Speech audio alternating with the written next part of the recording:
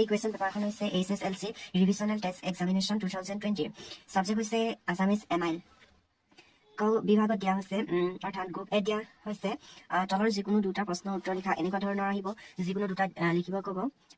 কিন্তু তাত দিয়া থাকিব তিনিটামান কোয়েশ্চন যেনেকৈ দিয়া হৈছে 1 + 1 = 2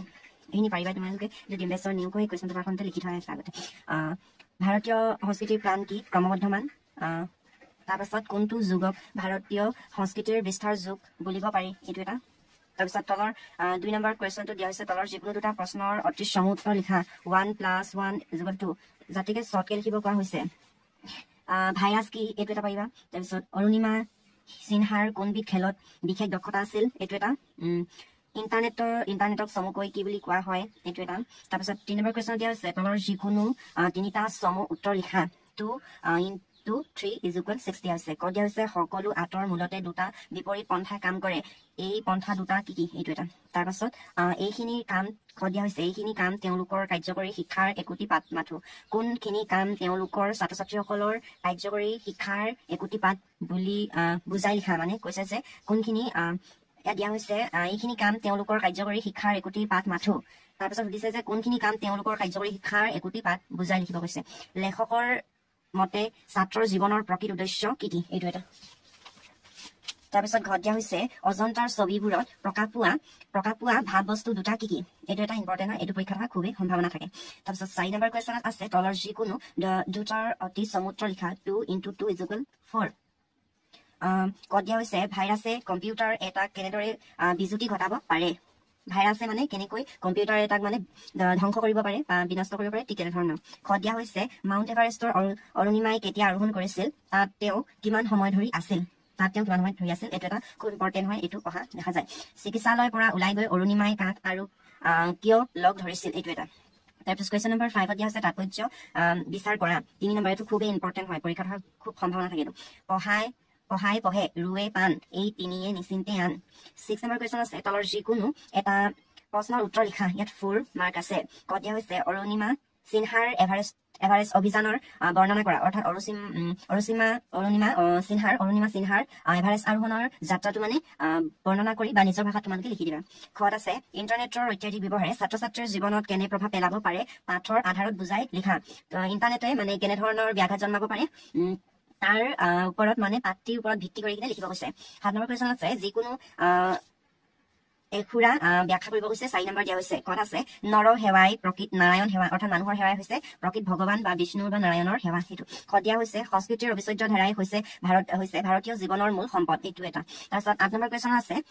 কুৱেশ্যনত আছে অতি চমু উত্তৰ লিখা শৰ্টকে লিখিব কৈছে যিকোনো দুটা লিখিব কৈছে সেইভাবে দিয়া হৈছে 1 + 1 = 2 কত দিয়া হৈছে তলৰ পাঠখিনিত থকা বৰগীতটোত কি ৰাগ বন্ধা হৈছে নহয় এইটো হৈছে তোমাৰ পাঠটিত থকা বৰগীতটো কি ৰাগত বন্ধা হৈছে কৈছে সৰি তাৰপিছত আছে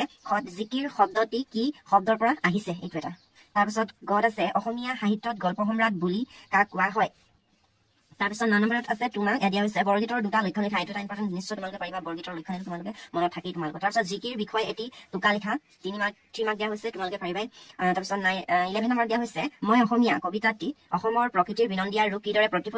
প্ৰতিফলিত হৈছে বুজাই লিখা তোমালোকে এইটো নিজেই বৰ্ণনা কৰি কিনে ধুনীয়াকৈ লিখি দিব লাগিব 3 মাৰ্কৰ কাৰণে তাৰপিছত দিয়া হৈছে যিকোনো এটি কবিতাৰ মূলভাৱ লিখা আহে 4 মাৰ্ক দিয়া থাকে ইয়াত আছে বৰগীত আৰু মই অসমীয়া কেতিয়াবা জিকিৰো আহি যায় 10 নম্বৰ কুৱেশ্যনত আছে যিকোনো এখুৰা ব্যাখ্যা কৰা কত দিয়া হৈছে আৰু খত দিয়া হৈছে ইয়াৰ ভিতৰত যিকোনো এটা লিখিলেই হ'ব সহস্ৰ বয়নে যাৰ নাপান্ত সীমা অধমে জানিবো কেনে তোমাৰ মহিমা অৰ্থাৎ ভগৱানৰ কথা কৈছে এইটো এটা নিজৰ ভাষাত লিখিব লাগিব উত্তৰ কবিতা ফাকি এনেকৈ কৰি কিনে কোনটো কবিতা ফাকিৰ পৰা আহিছে সেইটো লিখিব লাগিব তাৰপিছত 6 নম্বৰত আছে মক্কাৰ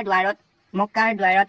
হাহাবৰ তিৰবিৰণী ঘাট দেহাব নোৱাৰা তাৰ মায়াভেদী বাট এইটো এটা জিকিৰ কবিতাটিত আছিলে তাৰপিছত 4 নম্বৰ কুৱেশ্যনত আছে কটলৰ দিয়া যিকোনো এটাৰ ব্যাস বাক্য সহ সমাসৰ নাম লিখা এইকেইটা আহে সমাসৰ ওপৰত আহে তোমালোকৰ 1 মাৰ্ক দিয়া থাকে যিকোনো এটা লিখিব কৈছে তিনয়ন হিংসাখন ৰাধাকৃষ্ণ এনেকুৱা ধৰণৰ আহে 6 নম্বৰত আছে তলত দিয়া যিকোনো এটি সন্ধি ভঙাৰ ওপৰতো 1 নম্বৰ দিয়া থাকে তাৰপিছত 10 নম্বৰত আছে তলত দিয়া যিকোনো এটি শব্দৰ দন্ত্য ন আৰু খৰ হোৱাৰ কাৰণসমূহ লিখা 1 মাৰ্ক দিয়া হৈছে এইটো এটা অহা দেখা যায় ঘৰ আছে তলত দিয়া যিকোনো এটা শব্দৰ বিপৰীত অৰ্থ লিখাও আহি যায় ইয়াত 1 মাৰ্কে দিয়া থাকে তাৰপিছত এটা শব্দ প্ৰকাশ কৰা থাকে শৰৎ কালত হোৱা এইটো এটা 1 মাৰ্কে থাকে মাটিৰে যি নিৰ্মিত প্ৰথম চন আছে তলৰ যিকোনো এটা শব্দত যি প্ৰত্যয় ভাগ লাগিছে ভাঙি দেখুৱা 1 মাৰ্কৰ থাকে প্ৰথম চন আছে তলৰ যিকোনো দুটা অৰ্থ প্ৰকাশ কৰাটো বাক্য ৰচনা কৰা কি অৰ্থ প্ৰকাশ কৰিছে তাৰপিছত বাক্য ৰচনা কৰিব আছে 1 + 1 2 আছে তাৰপিছত বগেজত আছে তলৰ যিকোনো এটা জটিল বাক্য সৰল বাক্যলৈ পৰিৱৰ্তন কৰা এই বাক্যলৈ পৰিৱৰ্তন কৰা পৰীক্ষাত অহা দেখা যায় 2 মাৰ্ক ইয়াত আছে 2 মাৰ্ক 15 নম্বৰত আছে তলৰ যিকোনো এটা প্ৰশ্নৰ উত্তৰ লিখা ইয়াত 4 মাৰ্ক আছে প্ৰথমতে আছে ভাৱ সম্প্ৰসাৰণ কৰা আঁঠুৱা চাই ঠেং মেলা এনেকুৱা ধৰণৰ আহে ইয়াত বা দৰখাস্ত এখন লিখিব হয় বা আবেদন এখন লিখিবলৈ আহে 4 নম্বৰ দিয়া থাকে যিটো তোমালোকে আবেদনখনে লিখি ভাল পাবা আবেদনখনে লিখিবা তাৰপিছত তোমালোকৰ ৰচনা আহিব ৰচনাত 8 মাৰ্ক থাকিব ৰচনাখনৰ ভিতৰত তোমালোকৰ নিজৰ প্ৰয়োজনীয়খিনি লিখিবা তোমাৰ প্ৰিয় গ্ৰন্থ এইটো খুব পৰীক্ষাত অহা দেখা যায় বাতৰি কাকত বানপানী এনেকুৱা ধৰণৰ তাৰপিছত ইখন পাঠৰ পৰা আহিছে বৈচিত্ৰ্যময় অসমৰ নামৰ দুটা পাত্ৰীৰ সন্নিৱিষ্ট অসমৰ যিকোনো দুটা জনগোষ্ঠীৰ চমু পৰিচয় লিখা এইটো এটা অহা দেখা যায় 3 × 2 = 6 18 নম্বৰত আছে তোমাৰ দুটা পাঠত সন্নিৱিষ্ট অসমৰ যিকোনো দুটা জনগোষ্ঠীৰ বিশেষভাৱে বৰঙণি যোগোৱা কোনজনতকৈ একোজনকৈ অৰ্থাৎ ব্যক্তিৰ বিষয়ে চমুকৈ লিখিব কৈছে তাৰপিছত ইয়াত দিয়া হৈছে 2 × 2 = 4 দিয়া হৈছে খ বিভাগত অৰ্থাৎ গ্ৰুপ বি দিয়া হৈছে মূল্যাংকন 50 নম্বৰ দিয়া হৈছে 25 দিয়া হৈছে ইয়াত 1 × 3 মাৰ্ক দিয়া হৈছে অৰ্থাৎ 1 কে আহিব 19 নম্বৰ তলৰ যিকোনো তিনিটা প্ৰশ্নৰ উত্তৰ লিখিব কৈছে নাগাৰ্জুন কোন ঘৰত আছে প্ৰাচীন ভাৰতীয় শিক্ষা নামৰ পাত্ৰীৰ লেখক কোন ঘৰ আছে বিষ্ণুৰ পঞ্চম অৱতাৰ কি ঘৰ আছে দেৱতাসকলক অমৃত খুৱাই কৃষ্ণই কি ৰূপ ধাৰণ কৰিছিল জাতিকে যে মোহিনী ৰূপ ধাৰণ কৰিছিল সেইখিনি পাৰিবা তোমালোকে কিমান পাই যাবা তাৰপিছত 20 নম্বৰত আছে তলৰ যিকোনো তিনিটা প্ৰশ্নৰ উত্তৰ লিখা ইয়াত 2 মাৰ্ক দিয়া হৈছে তিনিটা লিখিব গৈছে সেইবাবে 6 নম্বৰ দিয়া হৈছে কৈ দিয়া হৈছে নালন্দা বিশ্ববিদ্যালয়ত অধ্যয়ন কৰা কোনজন চীনা ছাত্ৰক কামৰূপ ৰাজ্যলৈ নিমন্ত্ৰণ কৰা হৈছিল নিমন্ত্ৰণ কৰা ৰজাজন কোন আছিল এইটো এটা ইম্পৰ্টেণ্ট হয় তাৰপিছত ঘৰ আছে তক্ষশিলা বিশ্ববিদ্যালয়ত অধ্যয়ন কৰা দুজন প্ৰখ্যাত ছাত্ৰৰ নাম লিখা ঘৰ আছে শ্ৰীকৃষ্ণক টোপনিৰ পৰা জগাবলৈ কোনে কাক কৈছিল দিয়া হৈছে কোনখন বিশ্ববিদ্যালয় কোনজন ৰজাৰ দিনত ভাৰতবৰ্ষৰ সকলো পণ্ডিতৰ মিলন ক্ষেত্ৰ আছিল তাৰপিছত 21 নম্বৰ দিয়া হৈছে তলৰ যিকোনো তিনিটা প্ৰশ্ন উত্তৰ লিখা ইয়াত 3 মাৰ্ক আছে অৰ্থাৎ 3 নম্বৰকে আছে তিনিটা লিখিব গৈছে সেইবাবে 9 নম্বৰ দিয়া হৈছে ক'ত আছে উদান্তপুৰ বিশ্ববিদ্যালয়ৰ কি সম্পদ কোনে কেতিয়া ধ্বংস কৰিছিল ক'ত দিয়া হৈছে কানাই চাতুৰী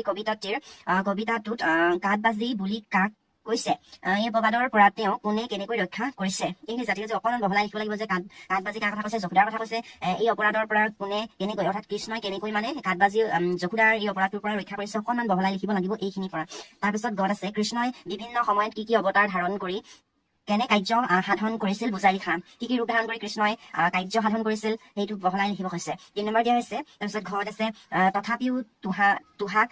দেশন্ত দৰত উৰি যায় মোৰ জীউ কোনে কাক দেখি কিয় ভয়ত জীউ উৰি যায় বুলি কৈছে বুজাই লিখা অৰ্থাৎ কৃষ্ণই কৈছে এইখিনি কিন্তু তোমালোকে বহলাই লিখা কাক দেখি যশোদাক দেখি কিনে তোমালোকে এইখিনি নিজে লিখি দিবা বা বুজাই লিখি দিবা বা কিতাপখন ভালদৰে পঢ়িলেই হ'ব তাৰপাছত 22 নম্বৰত আছে তলৰ যিকোনো এটি শব্দ আধুনিক ৰূপত শব্দ লিখাটো খুব আহে ইয়াত 1 মাৰ্কে দিয়া থাকে